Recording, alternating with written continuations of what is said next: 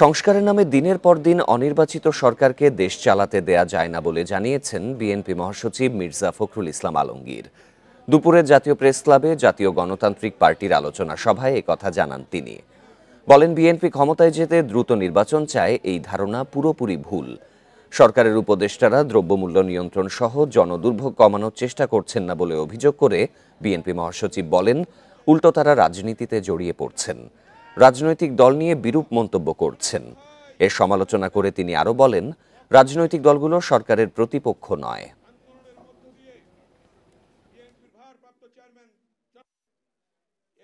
আমরা সংস্কার চাই, আমরা সংস্কার সবচেয়ে বেশি চাই।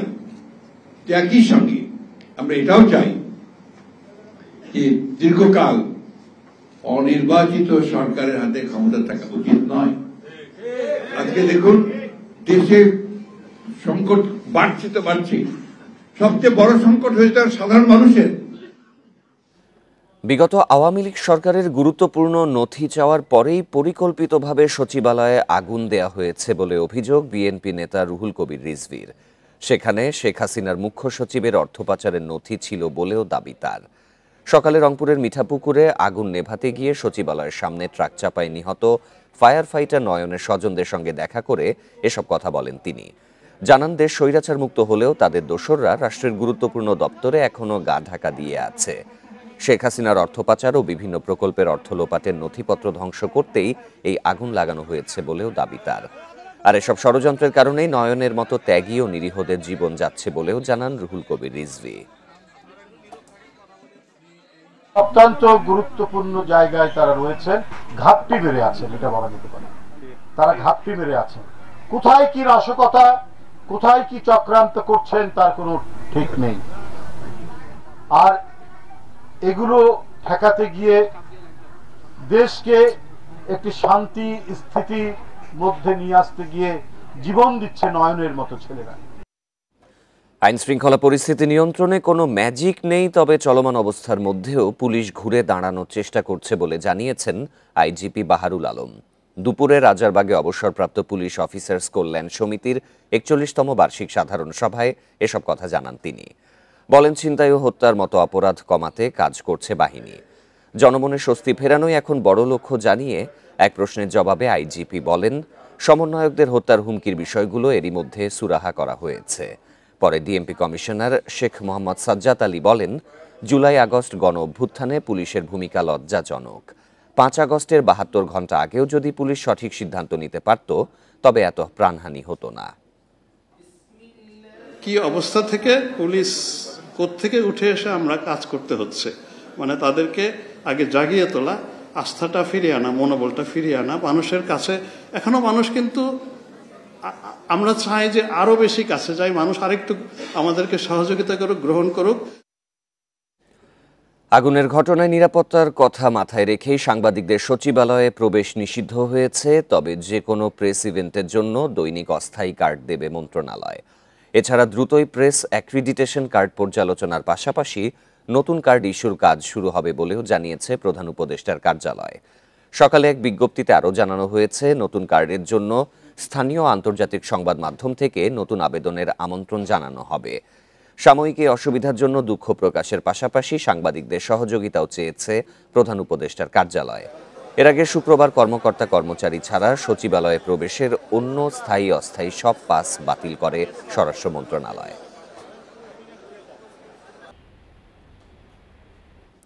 সরকারি ক্রয় বিধিমালা দুর্বলতায় এখনও আগের ঠিকাদার সিন্ডিকেটেরই কাজ পাওয়ার সুযোগ বেশি। সেই সঙ্গে প্রতিযোগিতা কম থাকায় প্রকল্পে থাকছে অতিরিক্ত ব্যয়ের ঝুঁকিও। এই অবস্থায় সরকারি কেনাকাটার দরপত্রে 10% মার্জিনের বিধান বাতিলের সিদ্ধান্ত হয়েছে, দেশের স্বার্থে, যা দ্রুত কার্যকরের তাগিদ বিশ্লেষকদের। সরকারি উন্নয়ন প্রকল্প ও কেনাকাটায় বছরে খরচ হয় ২.৫ লাখ কোটি টাকার বেশি। এজন্য ২০১১ সালে ইলেকট্রনিক গভর্নমেন্ট প্রকিউরমেন্ট বা ইজিপি চালু হয়, যেখানে প্রস্তাবিত ব্যয়ের 10% কম বা বেশি দরদাতা নিলামে স্বয়ংক্রিয়ভাবে বাতিল হয়। সেই সঙ্গে অভিজ্ঞতা না থাকায় কাজ পান না নতুন ঠিকাদাররা। এসব বিধানকে প্রতিযোগিতা বিরোধী মনে করে বিশ্ব ব্যাংক ও পর্যবেক্ষকরা। এমন অবস্থায় অর্থ পরিকল্পনা সহ 4 উপদেষ্টা, বিভিন্ন মন্ত্রণালয়ের সচিব, কর্মকর্তাদের সভা হয়েছে। তাদের মতামতের ভিত্তিতে সিদ্ধান্ত হয় পাবলিক প্রকিউরমেন্ট অ্যাক্ট 2006 এবং প্রকিউরমেন্ট বিধিমালা 2008 সংশোধনের। কোন টেন্ডার পদ্ধতি ভালো খারাপ নির্ভর করবে সেই দেশের দুর্নীতি কতদূর, সেই দুর্নীতি কি শুধু যারা ঠিকাদার তারা নাকি যারা কাজটা দেয় তাদেরও দুই পক্ষেরই দুর্নীতি, এসব অনেক বিষয়ের উপর নির্ভর করে। আমাদের দেশে খুব সোজা একটা জিনিস হলো যে আমি যদি এখন একটা টেন্ডার দিই এবং বলি যে আপনাদের অভিজ্ঞতা কত 15 বছরে বা 10 বছরে কার বেশি, তাহলে বোঝাই যায় কোন সিন্ডিকেটগুলোর অভিজ্ঞতা সবচেয়ে বেশি হবে। সম্প্রতি প্রকাশিত শ্বেতপত্রেও বলা হয় অসাধু ঠিকাদার, রাজনীতিক আমলাদের সিন্ডিকেটে উন্নয়ন ব্যয়ের 40% পর্যন্ত লোপাট হয়েছে। আর বিশ্বব্যাংকের পর্যবেক্ষণ বলছে গত 12 বছর সরকারি নিলামে শীর্ষ 5 ভাগ ঠিকাদারের কাজ বেড়েছে 21%। বিশ্লেষকরা বলছেন প্রতিযোগিতা না থাকায় কমেছে কাজের মান, বেড়েছে অপচয়, দুর্নীতি। পছন্দের লোক যারা তাদেরকে গোপনে এটা জানিয়ে দেওয়া হয়। সেজন্য আপনি দেখছেন যে নির্দিষ্ট কিছু লোকজনই সবসময় পায়, কারণ বাকিরা অন্ধকারে ঢিল ছড়ে, সুতরাং তারা 10% উপরে বা নিচে চলে যায়। দুর্নীতি এবং এন্টি কম্পিটিটিভ রাষ্ট্রীয় প্যাট্রোনাইজেশন হয়ে গেল। এটাকে অনতিবিলম্বে বাতিল করা দরকার। বিশ্বব্যাংক বলছে পূর্ণ প্রতিযোগিতা ও স্বচ্ছতা নিশ্চিত করা গেলে সরকারি কেনাকাটায় 40% পর্যন্ত অর্থ সাশ্রয় সম্ভব। Hari Saha, Independent News, Dhaka. এ বিষয়ে আলোচনা করতে এবার আমাদের সাথে যোগ দিচ্ছেন বাংলাদেশ প্রতিযোগিতা কমিশনের সাবেক বেসরকারি উপদেষ্টা এম.এস. সিদ্দিকী। জনাব এম.এস. সিদ্দিকী, আপনাকে স্বাগত। সরকারি ক্রয় বিধিমালায় ঠিক কি কি দুর্বলতা রয়েছে, এগুলো কিভাবে চিহ্নিত করা যায় বলে আপনি মনে করেন? আপনারা অলরেডি আলোচনা করেছেন যে সেটা হচ্ছে যে 10% এস্টিমেটেড প্রাইসের 10% বেশি বা কম হলেই টেন্ডারগুলো বাতিল হয়ে যায়। কিন্তু সবচেয়ে বড় যে দুর্বলতা সেটা হচ্ছে এস্টিমেটেড ফিগার তো থাকবে, কারণ সরকারের একটা বাজেটের প্রয়োজন। সেটাকে ফিক্স করে দিয়ে নির্ধারিত করে কম বেশি 10%-এর কম বেশি হলেই যে টেন্ডার বাতিল হয়ে যাবে। কিন্তু দুঃখজনক ব্যাপার হচ্ছে যে এই তথ্যটা, এই ফিগারটা কত এস্টিমেটেড অ্যামাউন্ট, এটা গোপন রাখা হয়। এটা নাকি গোপনীয় তথ্য। এই গোপনীয় তথ্যটা তারা আবার গোপনে তাদের পছন্দের লোকজনকে এটা জানিয়ে দেয়, অথবা কেউ এটা দুর্নীতির মাধ্যমে পয়সা খরচ করে এটা জেনে নেয়।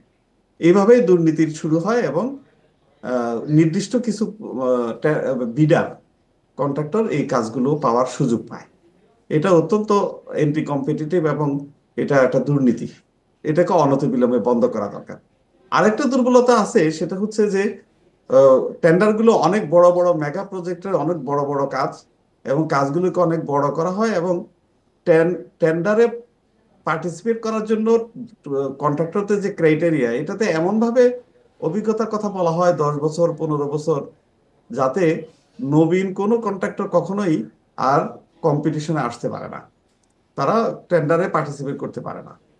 এটাকে এবং এমন সব এই ক্রাইটেরিয়াগুলোকে নিয়ে পর্যালোচনা করা দরকার। যেমন সব দেশেই এসএমইর জন্য ছোট ছোট কিছু কাজের ব্যবস্থা করা হয়। অর্থাৎ বাংলাদেশে যে এখন যে টেন্ডারগুলো করা হয়, এই টেন্ডারগুলোকে যদি পিসমিল করে ছোট ছোট অংশ তৈরি করে যদি এগুলোকে কয়েকটি টেন্ডারে করা হয়, কয়েকটি ওয়ার্ক অর্ডার করা হয়, তাহলে রিলেটিভলি মধ্যম কোষের এবং ছোট কন্ট্রাক্টররা এই কাজগুলো পাবে, এবং কাজগুলো পেলেই তারা আস্তে আস্তে অভিজ্ঞ হবে, বড় কাজ করতে পারবে। বিশেষ করে ক্ষুদ্র এবং কুটির শিল্পগুলোর জন্য আলাদা একটা সেগমেন্ট প্রত্যেকটা দেশে থাকে। অর্থাৎ তারা ছোট ছোট কিছু কাজ করবে, কাজ করে অভিজ্ঞতা অর্জন করবে, নিজেরা বড় হবে, নিজেরা অভিজ্ঞতা অর্জন করবে, তখন বড় কাজগুলো। জনাব এম.এস. সিদ্দিকী, এক্ষেত্রে এই সরকারি কেনাকাটার দরপত্রে 10% মার্জিনের বিধান যদি বাতিল করা হয়, তাহলে কি ঠিকাদার নিয়োগের স্বচ্ছতা ফিরবে? আংশিকভাবে ফিরবে।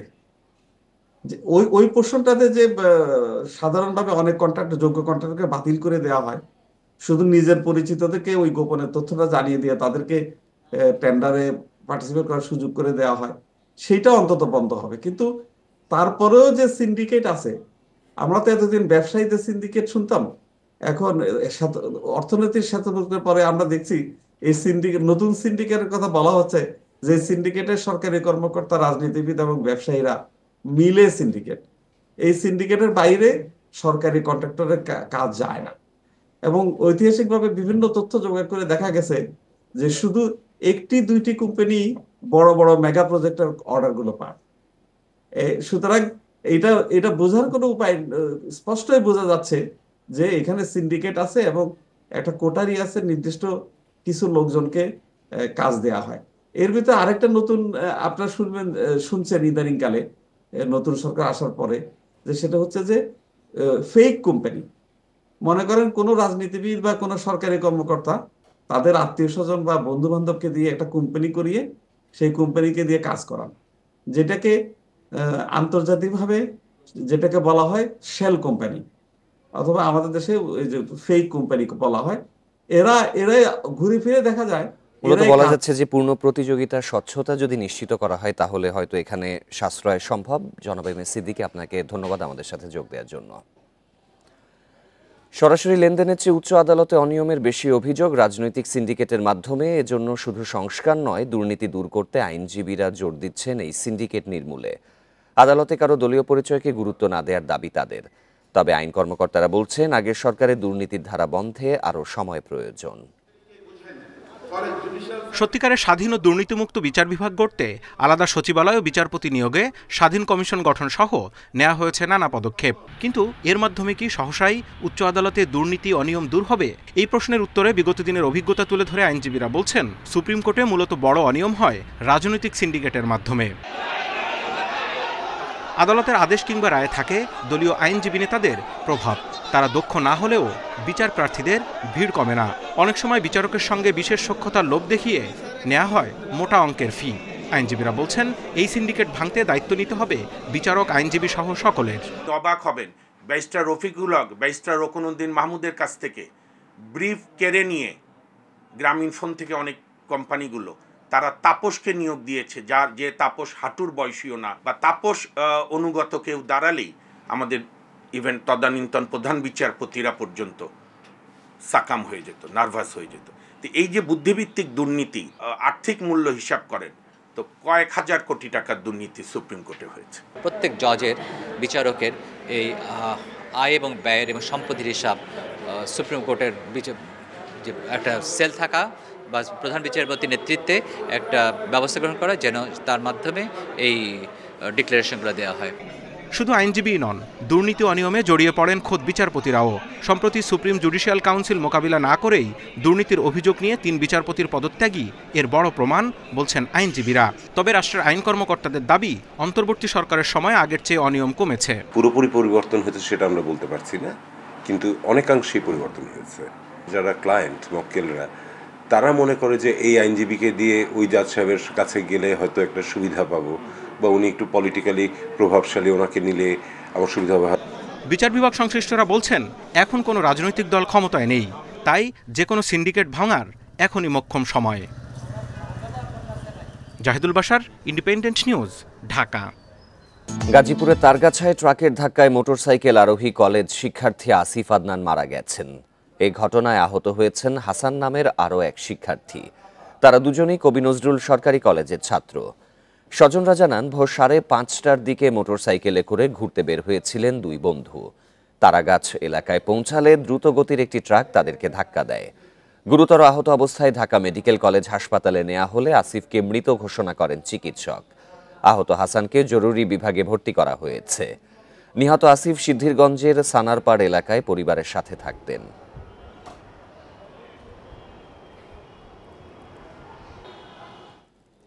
সারা দেশে দ্বিতীয় দিনের মতো চলছে নৌযান শ্রমিকদের কর্মবিরতি। এতে নৌবন্দরগুলোতে স্বাভাবিক কার্যক্রম বন্ধ হয়ে গেছে। আটকা পড়েছে হাজার হাজার টন পণ্য। এতে ক্ষতিগ্রস্ত হচ্ছে ব্যবসা বাণিজ্য। নৌযান শ্রমিক ফেডারেশনের ডাকে সারা দেশে চলছে নৌযান শ্রমিকদের কর্মবিরতি। শনিবার দ্বিতীয় দিনে কর্মসূচির প্রভাব আরও স্পষ্ট হয়ে ওঠে বিভিন্ন নৌবন্দরে। চট্টগ্রাম বন্দরের বহির্নোঙর ও 17টি ঘাটে আটকা পড়েছে 4.5 লাখ টন পণ্য। শ্রমিকরা জানিয়েছেন, চাঁদপুরে নাবিকসহ 7 ক্রু হত্যার সুষ্ঠু বিচার না হওয়া পর্যন্ত কর্মবিরতি চলবে। আমাদের মূল দাবি হলো হত্যাকারীদের গ্রেপ্তার করে আইনের আওতায় আনতে হবে। আমরা চাই এখনই সমতা হয়ে যাক। আমাদের দাবিগুলো যদি রাষ্ট্র এখন মানে আমরা এখন থেকে আমাদের শ্রমিকেরা কর্মতে চলে যাবে। আমরাও চাই না যে ওরা বকে বসে থাকুক, কিন্তু ওরা শ্রমিক আমরাও শ্রমিক। ওরা এখন আমাদেরকে বলতেছে আপনারা যে শ্রমিক আমরাও শ্রমিক। আমার বাইরে যখন হত্যা হয়েছে ওদের বিচার না হওয়া পর্যন্ত আমরা কষ্ট হলো আমরা ধৈর্য ধরবো, কোনো সমস্যা নেই। খুলনা, মংলা ও নওপাড়া নৌবন্দরে কর্মবিরতির কারণে আটকা পড়েছে শতাধিক জাহাজ। এসব জাহাজে সার, কয়লা, তেল, পাথর সহ নানা পণ্য রয়েছে। এবং যতক্ষণ পর্যন্ত এর সুষ্ঠু সমাধান বিচার না হবে ততক্ষণ কর্মবিরতি চলবে। আমাদের এটা দাবি দেওয়া বা শ্রমিকদের ক্ষতিপূরণ না দেয় সে পর্যন্ত আমাদের কর্মবিরতি চলবে। চাঁদপুরে নৌযান শ্রমিকদের কর্মবিরতির কারণে 2 দিন ধরে পাবনা ও ফরিদপুর অঞ্চল থেকে চাল, ডাল, পেঁয়াজ, আলু, চিনি সহ বিভিন্ন পণ্য আনা যায়নি। এতে জেলায় এসব পণ্যের দাম বাড়ার আশঙ্কা দেখা দিয়েছে। এছাড়া জেলার 15টি ছোট বড় ঘাটে আটকা পড়েছে প্রায় 550 জাহাজ। তেল, আলু, পেঁয়াজ এবং কাঁচামাল, কাঁচা তরকারি এগুলিও আসে, এই 2 দিন ধরে আসে না, এই কারণে দাম বাড়তে পারে। কোনো আমদানি রপ্তানি হচ্ছে না, কোনো আমদানি হইতেছে না, যার কারণে সর্বকিছুর দাম বৃদ্ধি পাইতেছে। লক্ষ্মীপুরে মজু চৌধুরীর হাট, চর আবদুল্লাহ, চর গজারিয়ায় পণ্যবাহী শতাধিক লাইটারের জাহাজ আটকা পড়েছে শ্রমিকদের ধর্মঘটে। Sadequr Rahman Siddiqui, Independent News. সারা দেশে দ্বিতীয় দিনের মতো চলছে নৌযান শ্রমিকদের কর্মবিরতি। এ নিয়ে আরও জানাতে চট্টগ্রাম ও সিরাজগঞ্জ থেকে যোগ দেবেন সহকর্মীরা। শুরুতেই যাব চট্টগ্রামে, সেখানে রয়েছেন সহকর্মী আলমগীর সবুজ। দ্বিতীয় দিনের কর্মসূচির প্রভাব তো আরও স্পষ্ট দেখা যাচ্ছে। আর্থিক ক্ষয়ক্ষতির বিষয়ে কর্তৃপক্ষ কি বলছে?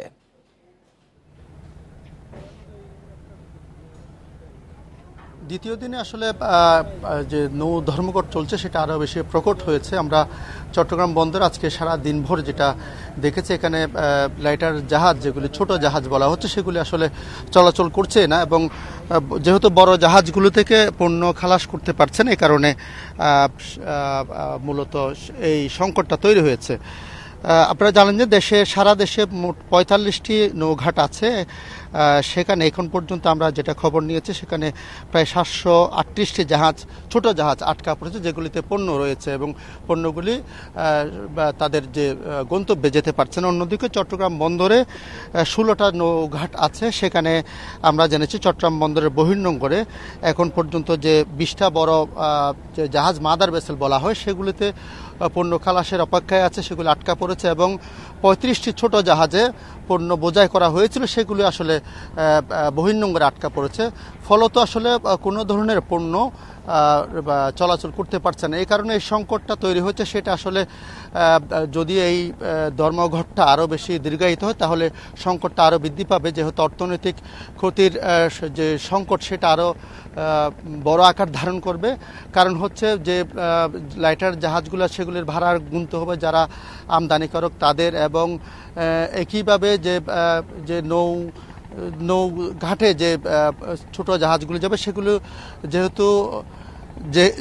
যেহেতু ট্রাকে করে তাদের গন্তব্যে নিয়ে যাওয়া হয়, সেই ট্রাকগুলো আমরা দেখেছি খালি পড়ে আছে পণ্য বোঝাইয়ের অপেক্ষায়, এবং সব মিলিয়ে আসলে বাজারে একটা প্রভাব পড়বে। অনেকে মনে করছেন যেহেতু পণ্য যদি আটকা পড়ে ঘাটে এবং যদি বাজারে নিতে দেরি হয়, সেখানেও পণ্যের সংকট তৈরি হবে এবং ভোক্তাদের সে ক্ষতির মুখে পড়তে হবে বলে যারা ব্যবসায়ী তারা মনে করছেন। মোটামুটি তারা বলছেন, যারা ব্যবসায়ী এবং যারা শ্রমিক নেতারা তারা বলছেন যত দ্রুততার সাথে এই সংকট সমাধান হবে ততই দেশের লাভ বলে তারা মনে করছেন। আমরা জেনেছি আজকে সন্ধ্যায় স্বরাষ্ট্র মন্ত্রণালয়ের সাথে যারা আন্দোলনকারী তাদের একটা বৈঠকের কথা আছে বলে আমরা শুনতে পেয়েছি। মোটামুটি বলা হচ্ছে সেখানে যদি ফলপ্রসূ আলোচনা হয় তাহলে সেই ধর্মঘট সেটা সমাধান হতে পারে বলে মনে করা হচ্ছে।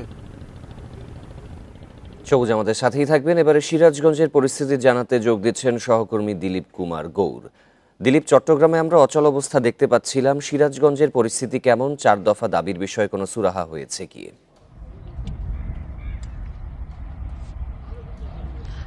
সিরাজগঞ্জের বাঘাবাড়ি নৌবন্দর কিন্তু বৃহস্পতিবার থেকে কার্যত স্থবির হয়ে গেছে। এই নৌযান পরিবহন ধর্মঘটের কারণে। আমি যদি দেখাই যে সিরাজগঞ্জের বাঘাবাড়ি নৌবন্দরে এখনো কিন্তু এখানে জাহাজগুলো আসলে যেগুলো জাহাজ ভিড়ানো হয়েছে সেই জাহাজগুলো কিন্তু এখানে নোঙর করে রাখা আছে, কোনো পণ্য দুদিনে খালাস হয়নি এবং তেলবাহী যে জাহাজগুলো আছে সেই জাহাজগুলোতেও পণ্য খালাস হয়নি। পাশাপাশি আমরা জেনেছি যে এই বাঘাবাড়ি অভিমুখে নারায়ণগঞ্জ এবং চট্টগ্রাম থেকে আসা প্রায় অর্ধশতাধিক সারবাহী এবং তেলবাহী সিমেন্টবাহী জাহাজ উজানের পেচাকোলা এবং কাদিরহাটে ঠেকে আছে। তারা যেহেতু কর্মবিরতি, তারা সেখান থেকে আর জাহাজ এখানে আসছে না। এখানে আমরা শ্রমিক নেতাদের সাথে কথা বলেছি, তারা জানিয়েছেন যে যেহেতু তাদের 7 জন সহকর্মীকে হত্যা করা হয়েছে, সেই সঠিক বিচার না হওয়া পর্যন্ত এবং তাদের ক্ষতিপূরণের আশ্বাস না দেওয়া পর্যন্ত তাদের এই ধর্মঘট চলবে। এবং এখানে এই ধর্মঘটের কারণে আসলে যে এখানে মূলত খাদ্যদ্রব্যের চাইতে কিন্তু সার, তেল, জ্বালানি, কয়লা এগুলো বেশি আসে, যে কারণে আসলে এখানে সারের গুদামে পর্যাপ্ত সার মজুদ আছে এবং বাফার গুদাম থেকে কিন্তু সার উত্তরবঙ্গে সরবরাহ হচ্ছে। এবং শুক্র এবং শনিবার আসলে ডিপো থেকে তেল উত্তোলন বন্ধ থাকে, যে কারণে রবিবার তারা তেল উত্তোলন করবে এবং ডিপোতে পর্যাপ্ত তেল মজুদ থাকার কারণে কিন্তু আসলে উত্তর অঞ্চলে তেলের কোনো সংকট দেখা দিবে না বলে আমাদেরকে জানানো হয়েছে। তবে যদি এই ধর্মঘট আরও বেশি দিন চলে তাহলে কিন্তু সেক্ষেত্রে উত্তর অঞ্চলে জ্বালানি তেলের সংকট দেখা দিবে। এবং এই ধর্মঘটের কারণে কিন্তু মূলত এখানে যে বাঘাবাড়ি বন্দর আছে সেই বন্দরে যারা লেবার হ্যান্ডেলিং কাজ করছে তারা ক্ষতিগ্রস্ত হচ্ছে। পাশাপাশি কিন্তু এখানকার 3 শতাধিক শ্রমিক গত 2 দিন ধরে আসলে বেকার রয়েছে, তারাও ক্ষতিগ্রস্ত হচ্ছে এবং ট্রাকগুলো কিন্তু স্থবিরভাবে দাঁড়িয়ে আছে এই বাঘাবাড়ি নৌবন্দরে। চট্টগ্রাম ও সিরাজগঞ্জ থেকে নৌযান শ্রমিকদের কর্মবিরতির বিষয়ে জানাচ্ছিলেন সহকর্মীরা। মাওয়া এক্সপ্রেসওয়ে টোল প্লাজায় বাসের ধাক্কায় নিহত বেড়ে দাঁড়িয়েছে 6 জনে। তবে এখনও এই ঘটনায় হয়নি কোনো মামলা। পলাতক বাস চালককেও আটক করতে পারেনি পুলিশ। এদিকে একই পরিবারের নিহত 4 জনের বাড়িতে শুধুই শোক আর আহাজারি। শুক্রবার কেরানীগঞ্জের ধলেশ্বরী টোল প্লাজায় থেমে থাকা প্রাইভেট কারটিতে এভাবে ধাক্কা দেয় বাস। এতেই মর্মান্তিক মৃত্যু হয় আমিনা আক্তার, তার 2 মেয়ে ইমি, রিহা ও নাতি আইয়াজের। এমন মৃত্যু মেনে নিতে পারছেন না স্বজন স্থানীয়রা, চাইছেন বাসের চালক ও মালিকের দৃষ্টান্তমূলক শাস্তি। সূক্ষ্ম বিচার চাই, যাতে নিয়ে আমাদের মতো আরো কোনো পরিবারের এরকম না হয়। একজন লোকের শাস্তি দিলে এক ড্রাইভারে আরো বাকিগুলা সতর্ক হয়ে যাব। এটা একটু খুঁটিতে দেখা হোক, কেন এই রোডে প্রতিনিয়ত অ্যাক্সিডেন্ট হচ্ছে আর কি কারণে হচ্ছে। শুক্রবার রাতেই মুন্সিগঞ্জ সিরাজদিখানে দাফন হয়েছে আমিনা আক্তার ও তার 2 মেয়ে। শিশু আইয়াজের দাফন হয়েছে তার দাদার বাড়ি নোয়াখালীতে। বাসাতে বাইরেছে 10:30টায়, পরে আল্লাহ আমারে খবর দিছে যে অ্যাক্সিডেন্ট করছে। ননদের এক বড় মেয়ে, ছোট মেয়ে আর নাতি, এই 4 জন মারা গেছে। এরকম একটা নজরবন্দি কাজ হয়েছে যে মনে করেন যে একটা পরিবারে 4টা লোক মারা যান, এর আর কিছু রাখে নাই, থাকে না। বেপরোয়া গতির কারণেই এক্সপ্রেসওয়ে টোল প্লাজায় ওই প্রাইভেট কার, একটি মাইক্রোবাস ও মোটরসাইকেলকে ধাক্কা দেয় বাস। এতে মুহূর্তেই দুমড়ে মুচড়ে যায় প্রাইভেট কারটি। Independent news. দেশে 44% শিশু কিশোর ঘরের বাইরে খেলাধুলা করে না, দিনে 3 ঘন্টা কাটায় মোবাইল ফোনে। এতে 18% শিশুর স্থূলতা বাড়ছে, ডায়াবেটিস এবং উচ্চ রক্তচাপেও ভুগছে অনেকে। এমন বাস্তবতায় শৈশবেই খাদ্যাভ্যাস ও জীবনযাপন নিয়ে সচেতন করার উদ্যোগ নিয়েছে ডায়াবেটিক সমিতি। শিশু কিশোরদের উপর অসংক্রামক রোগের প্রভাব জানতে গবেষণা করেছে ডায়াবেটিক সমিতি। গ্রাম ও শহরের 15 থেকে 19 বছরের 1300 কিশোরের উপর চলে গবেষণা। এতে দেখা যায় শিশু কিশোরদের 18 ভাগেরই উচ্চতার তুলনায় ওজন বেশি। এছাড়া 11 ভাগের রক্তচাপ বেশি এবং 4 ভাগের রয়েছে ডায়াবেটিস। সচেতনতা বাড়াতে স্মার্ট কিডস অ্যান্ড স্কুল কর্মসূচি নিয়েছে ডায়াবেটিক সমিতি, স্বাস্থ্য বিভাগ ও জাইকা। এদের সঙ্গে কাজ করছে আরও 15টি উন্নয়ন সহযোগী সংস্থা। স্বাস্থ্যকর খাবার ও জীবনযাপন নিয়ে বার্তা দেয়া হচ্ছে শিশু কিশোরদের। এসব তথ্য পরিবারকে জানাবে তারা। যদি জাঙ্ক ফুড খাই অনেক, তাহলে আমরা মোটাও হইতে পারি, অসুস্থও হইতে পারি। যদি আমরা অনেক হেলদি ফুড খাই, আমরা অসুস্থ হব না, আর হয়েছে আমরা অনেক শক্তি পাবো। ওইটা আমি শিখেছি। হেলদি ফুড খাইতে, তারপর ফিজিক্যাল অ্যাক্টিভিটি করতে, নাহলে 6 to 8 আওয়ার্স অফ স্লিপ লাগবে, নাহলে আমরা অনেক ফ্যাট আর অবেসিটি হয়ে যাবে। এক্সট্রা সল্ট খাই, তারপর সুগার খাই, এগুলো আমাদের উচিত নয়। আমরা এগুলো থেকে চেষ্টা করব বিরত থাকা। ফিজিক্যাল অ্যাক্টিভিটি, হাঁটা চলা, এটা সবসময় ফিজিক্যাল অ্যাক্টিভিটি করা উচিত, এটাও শেখানো হচ্ছে। ডায়াবেটিক সমিতি বলছে অসংক্রামক রোগের মহামারী ঠেকাতে শৈশব থেকেই সচেতন করতে চায় তারা।